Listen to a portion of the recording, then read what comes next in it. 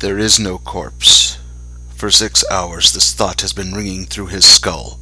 The man he thought he's murdered, so exquisitely, so painstakingly, relishing every precious step, from Murdock's ruin to his emotional dismemberment. The man he thought he'd murdered is alive. But he is more than this. So much more than this. He always was. And I have shown him that a man without hope is a man without fear.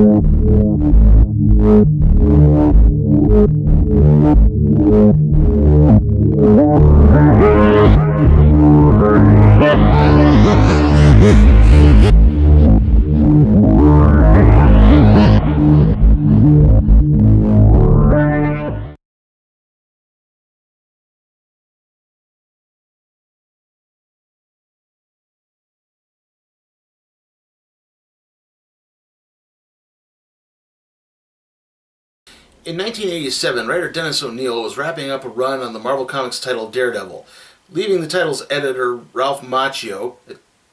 No, not that Ralph Macchio. No! Anyway, it left Ralph Macchio in a bit of a tight spot. Macchio would turn to writer-artist Frank Miller, the man who would almost single-handedly save the title from cancellation in the late 70s and early 80s, most notably with the Elektra saga. Miller was also coming off the mega success that was The Dark Knight Returns at DC. Anyway, Miller would team with artist David Mazzucchelli and craft what is widely considered to be the most seminal of Daredevil stories, Born Again. We open up in Mexico. A drugged-out porn actress is in desperate need of a heroin fix. She has no money. All she has is a name on a piece of paper. Her name is Karen Page.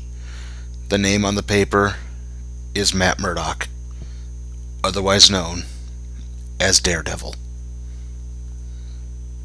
Karen Page debuted in Daredevil #1 as the love interest / secretary of Matt Murdock. The relationship with Murdock ended when she left for Hollywood to become an actress.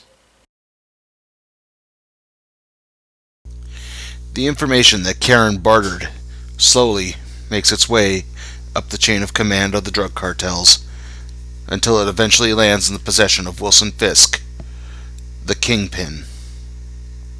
Now, even though he debuted in Amazing Spider-Man #50, Wilson Fisk, aka the Kingpin, Marvel's preeminent mafioso, would be used to perfection by Frank Miller in his Daredevil run. 6 months pass. Matt Murdock wakes up on a winter morning to 2 upsetting pieces of information. His bank accounts have been frozen, leaving him virtually bankrupt, and he has been summoned to appear before a grand jury for apparently bribing a witness. Also, someone has broken into the apartment of his girlfriend, Gloria O'Brien.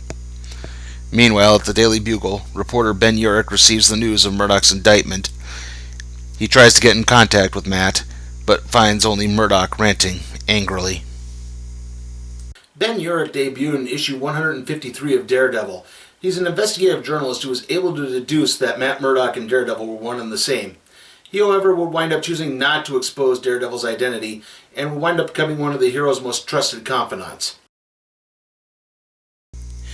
Time passes. Matt's legal partner Foggy Nelson is able to plea bargain the tampering charges against Matt. However, Matt is still disbarred as a result. As he makes his way towards the brownstone that he's about to be evicted from, the building explodes. This tips off to Matt to the identity of the individual ruining his life. Returning to Mexico, Karen walks in on her drug dealer in need of another fix. Unfortunately, he's been murdered, and she's next on the list. Later, while Glory and Foggy are putting up holiday decorations, Glory receives a call from a paranoid and rambling Matt. Matt has spent his last $10 on a hotel room. When checkout time comes, he attacks the manager, believing him to be an agent of the Kingpin. Matt then makes his way to a subway station, where he breaks up a mugging. All of this gets reported to Fisk. Meanwhile, back in Mexico, Karen comes out of her heroin-induced stupor and realizes what she has done. Matt eventually gets a confrontation with the Kingpin. The fight doesn't last long, as the Kingpin manhandles Murdock. Yeah, don't let the fact that he's fat fool you. Wilson Fisk is quite the formidable fighter. It's just that more often than not, he chooses not to engage his opponents physically, usually sending in other people to do the job for him. Fisk has two of his goons take Murdock in a taxi cab, which then gets deposited in the East River. Time passes and the cab is discovered, but Fisk takes no comfort in the discovery. There is no corpse inside. Murdock curls up in an alley after freeing himself from the sunken cab. As he tries to sleep, he flashes back to the accident that blinded him. Meanwhile, Glory and Foggy continue to grow closer while Christmas shopping. Also, Ben Urich visits Officer Manilis, the man who accused Murdock of tampering with a witness, at the hospital. Turns out that Manilis' son is undergoing a risky and expensive surgery. Urich makes the too obvious conclusion that Manilis took money to set up Murdock. In Mexico, Karen Page continues a combination of fleeing for her safety and looking for her next heroin fix. Murdock manages to struggle to his feet and begin trying to regain his senses.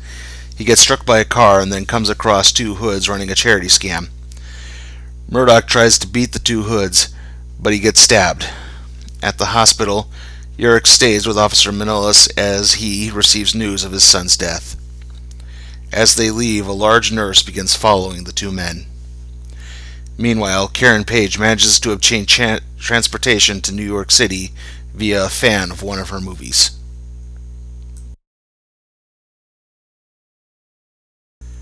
Murdock stumbles into Hell's Kitchen, his childhood home. He makes his way to the gym where his father trained as a boxer. Meanwhile, at the hospital, the nurse who followed Urich and Manilis out to the parking lot begins assaulting the two. She breaks Urich's fingers and kills Manilis. Back at the gym, Murdock's injuries begin to catch up with him. He collapses, but he is discovered by a nun. Returning to the Kingpin, Fisk continues to focus on the fact that Murdock's corpse has not been found. The Kingpin's quote here is the line most often associated with this story. He's crushed Murdock's hope, made him lose his faith, but Murdock's not dead. Which means he now has nothing to lose, and he will not stop until he gets his vengeance on Fisk. Matt is taken to a shelter located in a church basement, where his wounds are tended to and he begins to fight off an infection. Karen continues to make her way to New York City, and Foggy gets a new job with Wilson Fisk. Yeah, there seems to be a bit of a point of contention to whether or not Wilson Fisk's identity of the Kingpin is known to the general public. Sometimes it is, sometimes it isn't. I guess it usually just comes down to who's working on the book. Ben Urich is so traumatized by the attack from the Kingpin's thug that he can't work. Even after his fingers heal, he leaves the cast on his hand. He even refuses to think the name Matt Murdock. Matt begins to recover. He tries to get up but is still too weak, much to the chagrin of his caretaker, a nun named Maggie. Karen does make it to New York City and manages to get in contact with Foggy. Unfortunately, she winds up incurring the wrath of Paolo, her transporter. Karen meets up with Foggy. She explains the situation to him, and he fills her in on Matt. She breaks down, blaming herself. Foggy embraces her, saying that she is still family. Ben Urich receives yet another threatening phone call from the Kingpin's thug. This pushes him to the point where he finally removes his cast and says the name Matt Murdock. Sister Maggie continues to pray over Matt as he recovers. Matt begins to notice a familiar air about Sister Maggie. First, in the waking hours after his accident that blinded him, but there was also something else. Upon his recovery, he asks Maggie if she is the biological mother that abandoned him and his father. She denies this, but he hears her heart skip a beat. She's lying. Matt Murdock was blinded when he was struck in the face by a radioactive isotope thrown from a truck that was swerving to miss a blind man that Matt had just pulled out of the way. As a result of this, though, the rest of Matt's senses were heightened. He can hear a person's heartbeat, so he can tell whether or not they're lying. He can read ink as incrementally as is raised on a sheet of paper. He doesn't need braille. He also has an incredible amount of flexibility and balance. Now, Matt was raised primarily by his father, a boxer by the name of Batlin Jack Murdock, who was killed after refusing to throw a boxing match. Now, when this occurs also seems to be a point of contention, much like the Kingpin's identity. Sometimes he's killed when Matt is still a child, and sometimes he's killed when Matt is in college. Again, I guess it comes down to who's working on the book. The Kingpin is in the process of ending a business meeting when one of his underlings questions his obsession with Matt Murdock. After the meeting, Fisk arranges for the underling to have a skiing accident. Ben Urich has gone to the police and told them about the Kingpin's plan to set up Murdock, without revealing Murdock's identity as Daredevil. As word of this gets back to Lois, the thug from earlier, Matt begins trailing Urich and his police escort. Lois makes her way to the Urich home and takes care of Ben's wife, while laying in wait for Ben to return home. When he arrives, she, Lois, begins fighting with Urich's police escort, while Ben tries to get to his wife, who has been strung up in the bathroom. Matt Murdock inserts himself and takes out Lois. Urich doesn't see it, but realizes that Matt was the one who saved him. Urich then gets a call from a man named Melvin Potter. Now, Melvin Potter is the identity of longtime Daredevil villain, the Gladiator. No, not that Gladiator. No. Okay, you're not even trying at this point, are you? Anyway, Potter was a former costume designer who designed a costume that had two gauntlets with two giant buzz saws attached to them. And at this point, though, Daredevil had worked with Potter to get reformed and reopen his costume designing business. Potter informs Urich that some of the Kingpin's goons have visited him and pressured him into making a Daredevil costume that will be worn by an escaped mental patient. Murdock makes his way to Potter's store and in silhouette informs Potter that everything will be okay and to make the costume anyway. At Foggy's apartment, Karen is beginning to go through heroin withdrawal when she spies Paulo across the street. Foggy calls the police. The police, along with the Kingpin's thugs and the fake Daredevil, arrive at Foggy's apartment at the same time and a shootout breaks out. The Kingpin orders the fake Daredevil be sent in regardless and kill Karen and Foggy. The fake Daredevil takes out his escort as Karen takes out Foggy and tries to make her way out of the building. Murdock attacks the fake Daredevil as Karen meets up with Paulo. Two of the Kingpin's goons shoot Paulo as Murdock takes out the fake Daredevil. Murdock then takes out the two goons and is finally reunited with Karen Page. We get a brief glimpse of a soldier named Nuke who takes out a Nicaraguan village and then gets a call from the Kingpin to New York City. Meanwhile, Matt continues to help Karen as she goes through heroin withdrawal. Ben Urich talks with Foggy Nelson in an attempt to locate Matt. Foggy offers to help as much as he can when Urich notices some of Glory's pictures in Foggy's briefcase. Urich then hires Glory to be his photographer for an interview with Lois. As Urich interviews Lois, two cops on the Kingpin's payroll attack. Lois is killed while the lone good cop and one of the bad cops take each other out. Urich then manages to pistol whip the other dirty cop to death. While Urich and Glory try to recover at a local diner, where it turns out Matt Murdock is working as a short-order cook, Nuke gets dropped in on the situation and begins taking out anyone he sees. Matt's current home gets blown up again, but Karen survives and manages to give Matt his Daredevil costume. Daredevil then heads off to take out Nuke. Daredevil dodges Nuke's gunfire, which causes Nuke to abandon his helicopter and begin pursuing Daredevil. He catches up to Daredevil and they begin fighting. As the fight continues, the helicopter opens fire and Glory is shot. Daredevil then takes out the helicopter. This is when Captain America, Thor, and Iron Man arrive on the scene. Iron Man asks Daredevil to stand down, which he does. In the fallout of the attack, one of the Kingpin's lieutenants begins questioning him. Fisk takes care of the problem. Meanwhile, the victims of the attack are being taken care of in a local church. Both Glory and Karen turn out to be okay when Matt senses the presence of Captain America. Cap questions Matt about Nuke. Matt explains that Nuke appears to be another super soldier. This drives Cap to a local military headquarters. After being stonewalled by a general, Cap makes his way down into a stub basement, where he begins looking through computer files. There, he finds that Nuke is a failed attempt at a new super soldier. Nuke, meanwhile, breaks free of his captors and starts trying to escape. He gets intercepted by Captain America. Cap takes out Nuke and then begins carrying Nuke out to the roof, where an armed helicopter is waiting. Turns out the Kingpin heard about where Nuke was being held. Daredevil intercedes as the chopper opens fire. Nuke gets shot several times in the process.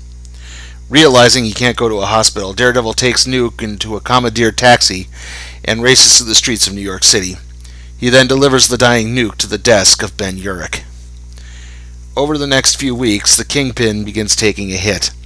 Nuke gets traced back to him. Witnesses testify before they can be killed, and his underlings don't do their jobs as well as they used to. But the Kingpin is down, not out. For the time being, however, Matt and Karen are together and will be forever. Oh yeah, forgot about that. Overall, I would have to give Daredevil Born Again an A. It's not exactly a perfect story by any stretch of the imagination. The ending bits with Captain America are a little tacked on and forced, but other than that, it's a damn good read. It's an essential pretty much for any Marvel Comics fan. And as for Matt and Karen, well, that's kind of a later story for a later time.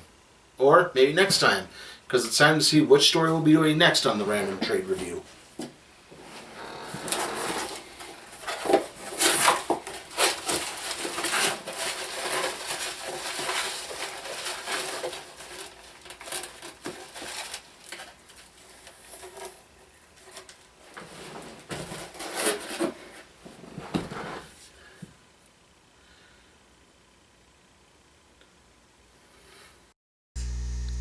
Join us on Monday, January 12th for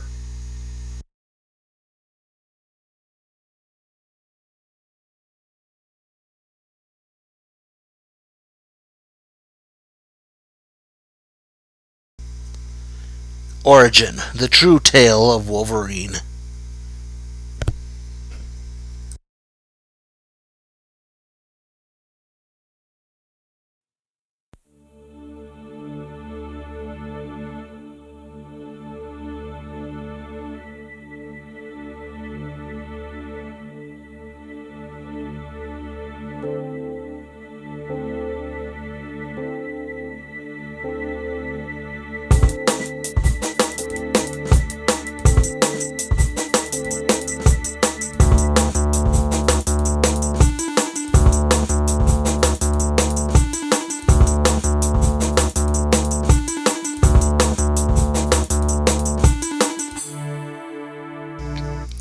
My name is Michael Carter, aka SHIELD Agent Redright 88.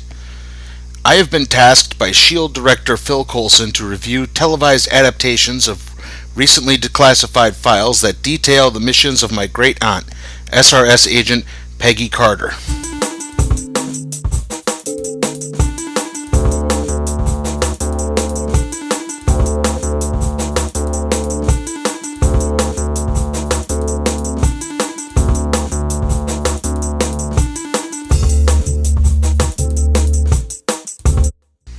So join me every week as we go over the whimsical adventures of Great Aunt Peggy.